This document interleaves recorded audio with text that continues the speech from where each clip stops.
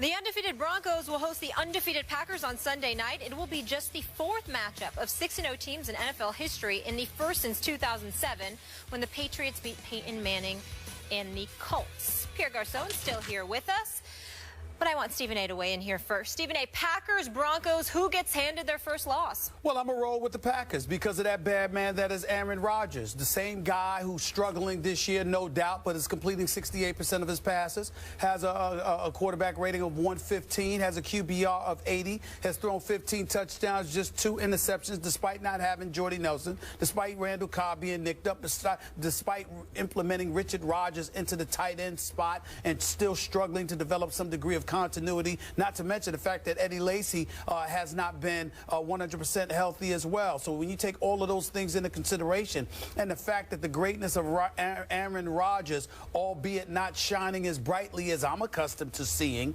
nevertheless is still effective enough to get them to an undefeated 6-0 record, the same as Tom Brady and Peyton Manning, by the way. I'm going to roll with the Green Bay Packers to win this game, although I know it will be tough, although I know that Denver's the better, more complete team right now, although I know the game is in the Mile High City. I'm still going to roll with the game being tight and somehow, some way, Aaron Rodgers finding a way to pull out this victory. Denver's defense will have something to say about that. Refresh my memory. I don't know if DeMarcus Ware is going to play in this game, but I do know that Von Miller is going to play. I think he's going to play. I think Von Miller is going to play. I think that Aqib Talib and Chris Harris is going to play. That secondary is big to TJ Ward is going to play. I think these brothers are big time. I think this defense is special, but I think that there's a mulligan to throw into the equation, and I think this will be that weekend. I think they lose on a weekend like this. I think they win on a weekend against the Patriots November 29th. So that's how I'm looking at this right now, and I think that the Green Bay Packers will find a way to squeeze out a victory on the road in the Mile High City this weekend. I'm going with Aaron Rodgers because he's Aaron Rodgers. Oh, okay. Well, speaking of Aaron Rodgers, help me out here. Just in all objectivity, is it possible that Aaron Rodgers, when the stage is the biggest, is not Aaron Rodgers anymore? Is it possible that he shrinks? Whoa. Are you implying that Aaron Rodgers shrinks when the lights are bright? Is that what you're saying? Yeah. The blasphemy. You would say that with a straight face about Aaron Rodgers? About Aaron Rodgers? Completely straight. Really? Straight-faced. Yes, since that long-ago day that Aaron Rodgers broke through as a road wildcard team and won the Super Bowl, he's 2-4 in the postseason. That's impossible. 2-4 for the bad man that is Aaron Rodgers? It's not. It's a team game. I don't get it. It's a team game. It's a team game. He needs help. Oh, Look, it's a team game. We got Pierre. Okay. Hey, we got Pierre Garcon in this studio. We all know we're allergic to scrubs. He wouldn't be here if he was a scrub. Let's just call it. Let's just call it what it is. Pierre Garcon can ball, but guess what? The numbers aren't as pristine as we would like because we have to take into consideration who's been throwing him the football for the last couple of years. We have to take into consideration what his offensive line has looked like. We have to take into consideration what the coaching has been like. The defense, etc. There's a lot of issues going on in the nation's capital. It's getting better, but we all know what was going on last year and the year before. It's a team game. It ain't Aaron Rodgers' fault that the Green Bay Packers have been struggling. As a matter of fact, he's the only reason they've been relevant.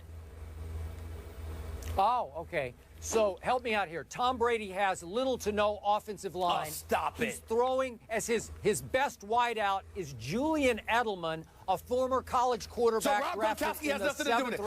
So Rob Gronkowski has something to do with it. He has nothing to do with it. We're talking about only the best tight end in football, a future Hall of Famer if he keeps playing like that. But the point is, having a tight end, Pierre Garcon, educate me, help me out here. I'm just saying, I don't play football. I don't know. I'll defer to you. Yeah. Having a tight end like Rob Gronkowski, how much better would that make a wide receiver? It makes it a lot better because you have to account for Rob Gronkowski down there. Thank you very much. Thank you very much. That's all I'm saying, okay. Skip. That's all I'm saying. Wait a second. Pierre Garcon, who's better, you or Julian Edelman? Better receiver. I'll take myself. I'll take myself, of course I'll take myself. Oh, thank you.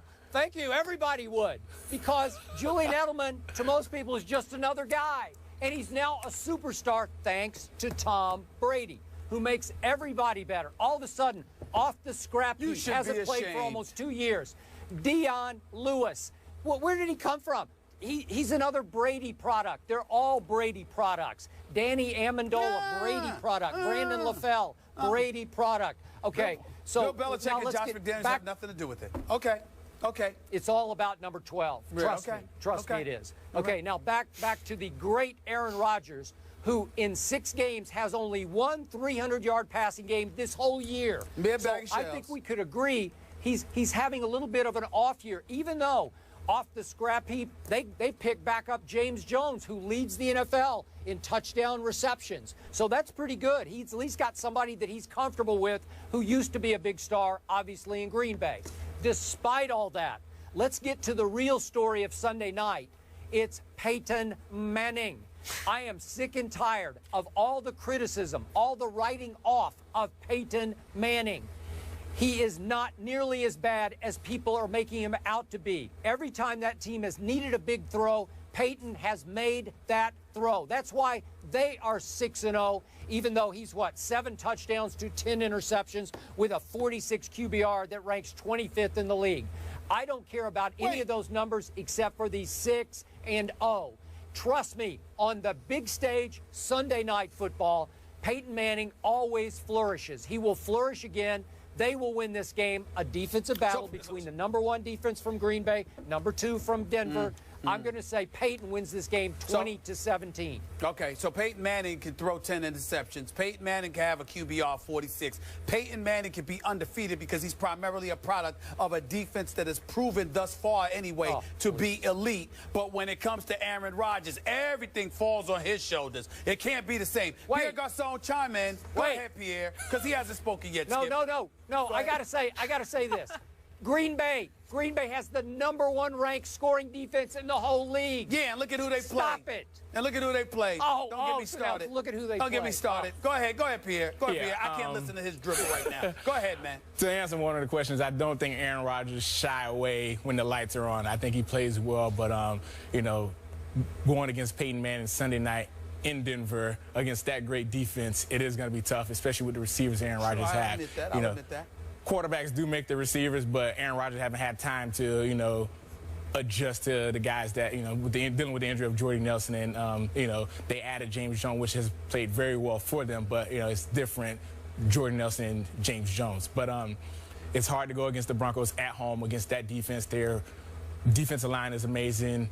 Von Miller's getting out the quarterback. DeMarcus Ware's getting out the quarterback. Talib is taking the pick 6 to the house. TJ Ward is playing well. Harris is playing well. It's very hard, to play well against that defense. And when Aaron Rodgers is going to throw the ball. So it's definitely tough for the Packers to go into Denver Sunday night when, that stadium is going to be loud and happy to, be loud on defense to make it harder for Aaron Rodgers. It's definitely going to be tough. And we know Peyton is going to make plays if you give him the defense, if the Broncos defense give him a lot of opportunities. At some point, he's going to break their will.